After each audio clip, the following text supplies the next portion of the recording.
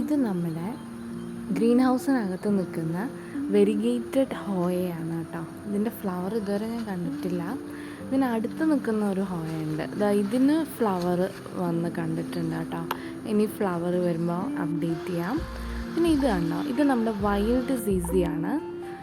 ഇത് നമ്മുടെ Eugenia plant ആണ്.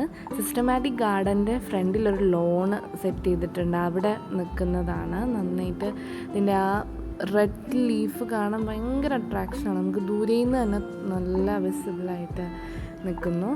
ഇത് അതിനടുത്ത് നിൽക്കുന്ന ഒരു തെറ്റി ആണ്, നല്ല റെഡ് തെറ്റിയാണ്. നിറയെ ഫ്ലവർ ചെയ്ത് നിൽക്കുന്നുണ്ട്.